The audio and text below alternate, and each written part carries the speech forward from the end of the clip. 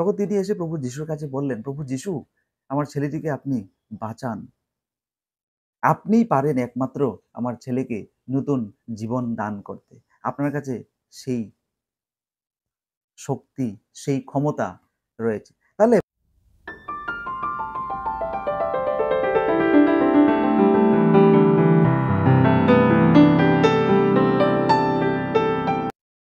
সবাইকে নমস্কার। প্রভু যিশুর জয় হোক। প্রভু যিশুর পায়ে শতকোটি প্রণাম। বন্ধুরা, আশা করি সবাই ভালোই আছো এবং আমি সব সময় প্রভু যিশুর কাছে তোমাদের সবার জন্য প্রার্থনা করি। সবাই ভালো থাকুন, সবাই ভালো করে চলুন, সুস্থ থাকুন।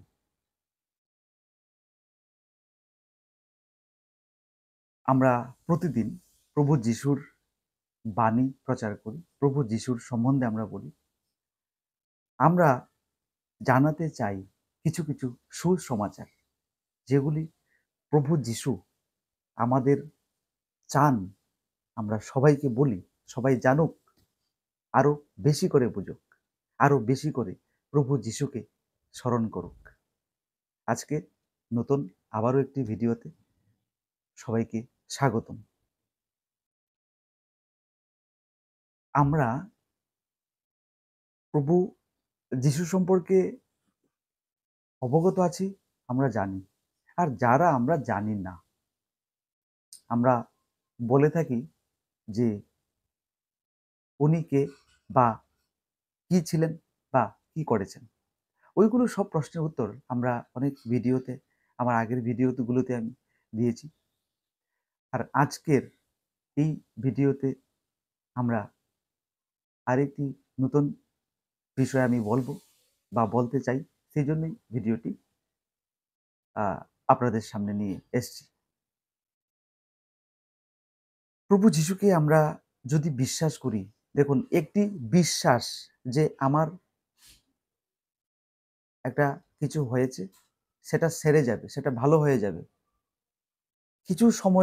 কিছু সময়ের দরকার, কিন্তু আমি সুস্থ হয়ে উঠব, আমি ভালো হয়ে উঠব, আমার কোনো কিছু থাকবে না। সেই একটা বিশ্বাস যদি আপনাদের ভেতর থাকে, সেই একটা ছোট্ট একটি বিশ্বাস যদি, ভালোবাসা যদি, শ্রদ্ধা যদি, ভক্তি যদি আপনাদের হৃদয়ে, আপনাদের জীবনে প্রভু যিশুর জন্য থাকে, তবে এটাই বড় পাওনা, এটাই একটি বৃহৎ বিষয়। কারণ আপনি চোখ বন্ধ করে হৃদয় দিয়ে প্রভু যিশুকে বুঝতে পারছেন, প্রভু যিশুকে ডাকছেন, প্রভু যিশুকে বিশ্বাস করতে পারছেন। আর যারা প্রভু যিশুকে বিশ্বাস করতে পারছেন না, ওদেরকেও আমরা বলবো যে প্রভু যিশুর কাছে শরণাপন্ন হন, প্রভু যিশুকে ডাকুন। আপনাদের কোনো বিশেষ রোগের জন্য, আপনাদের কোনো বিশেষ সমস্যার জন্য প্রভু যিশুর কাছে প্রার্থনা করুন। দেখবেন আপনাদের জীবনটা, দেখবেন আপনাদের কোনো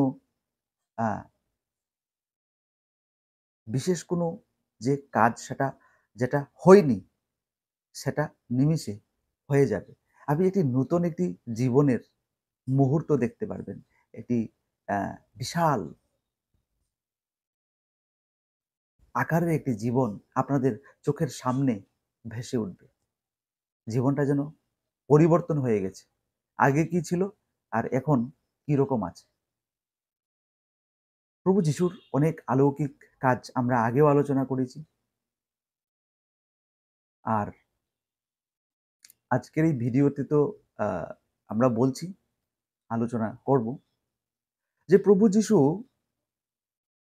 আমরা যোহন লিখিত সুসমাচার যদি পড়ি, তাহলে আমরা দেখতে পাই যে প্রভু যিশুকে একজন বলছেন, উনি রাজপুরুষ ছিলেন, কফরনহমে ওনার পুত্রটি প্রায় মারা মারা অবস্থা, মরতেই যাচ্ছিল।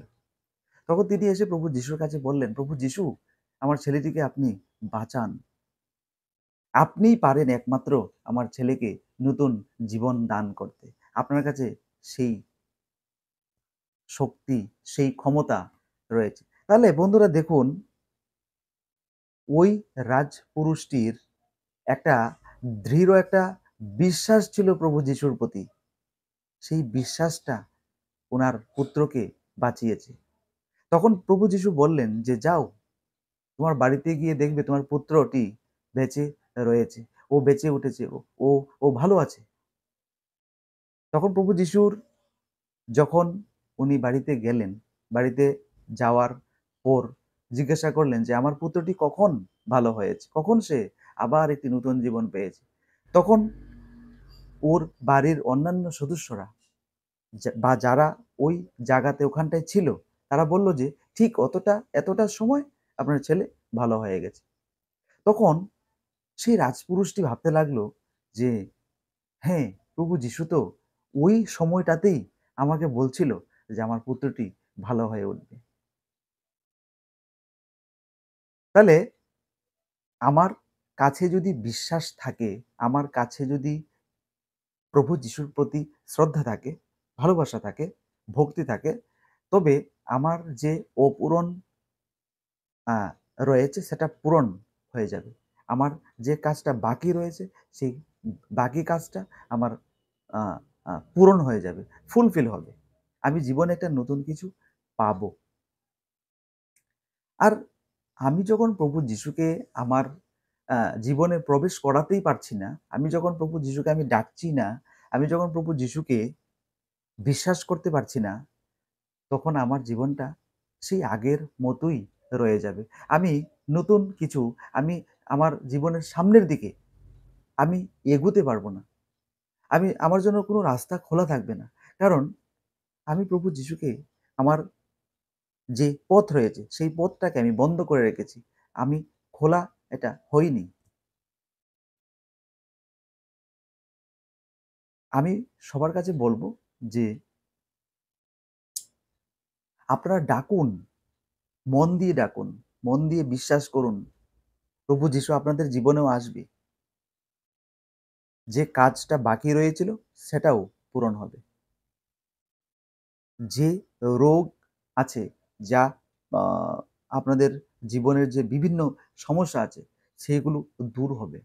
তবে আ ওইগুলো দূর হবে তখনই যখন আপনি মন দিয়ে ডাকবেন, আপনি মন দিয়ে ভালোবাসবেন। আপনি প্রভু যিশুকে আপনার জীবনে প্রবেশ করাবেন, কাছে নিয়ে আসবেন। প্রভু যিশুর সঙ্গে আমাদের একটা একটা কমিউনিকেশন থাকবে, একটা সম্পর্ক থাকে, একটা মনের একটা আত্মিক সম্পর্ক থাকবে। সেই তখনই আমরা বুঝতে পারবো যে আমাদের জীবনে প্রভু যিশুর একটা আগমন ঘটেছে। কারণ আমি প্রভু যিশুর সঙ্গে সম্পর্কে আছি, কথা বলছি, আমি ডাকছি, আমি প্রার্থনা করছি, আমি ভালো কথা মানুষকে শোনাচ্ছি, মানুষের সবসময় ভালো চাইছি। এই বিষয়গুলো আমাদের মাথাতে রাখতে হবে, আমাদের জীবনে রাখতে হবে। তখনই একমাত্র আমাদের জীবনটা সফল হবে।